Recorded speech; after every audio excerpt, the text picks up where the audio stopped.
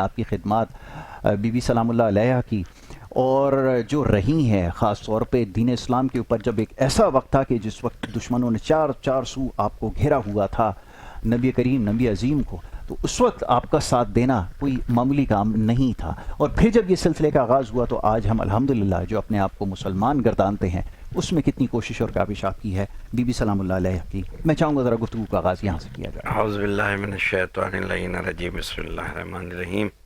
ینصرون اللہ ورسولہ اولئک هم الصادقون۔ بہت شکریہ یاسر بھائی۔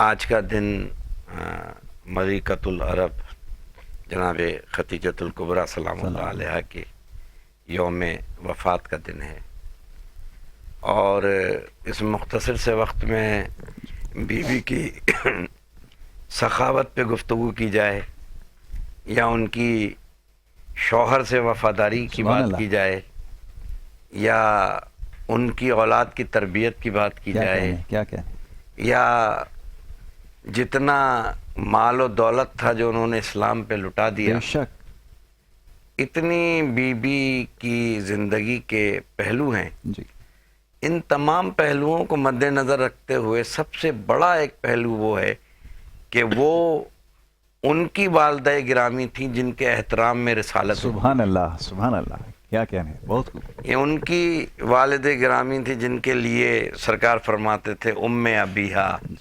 باپ کی ماں، یعنی سیدہ کی تربیت میں جناب خدیجۃ الکبریٰ کا۔ اور ایک ویسا وقت جب چاروں طرف سے جیسے آپ نے فرمایا کہ دشمن ہی دشمن، اور سرکار یہ اعلان فرما رہے ہیں یا ایھا الناس قولوا لا الہ الا اللہ تفلحوا، اے لوگوں اللہ کی وحدانیت کا اقرار کرو تاکہ تمہیں فلاح ملے۔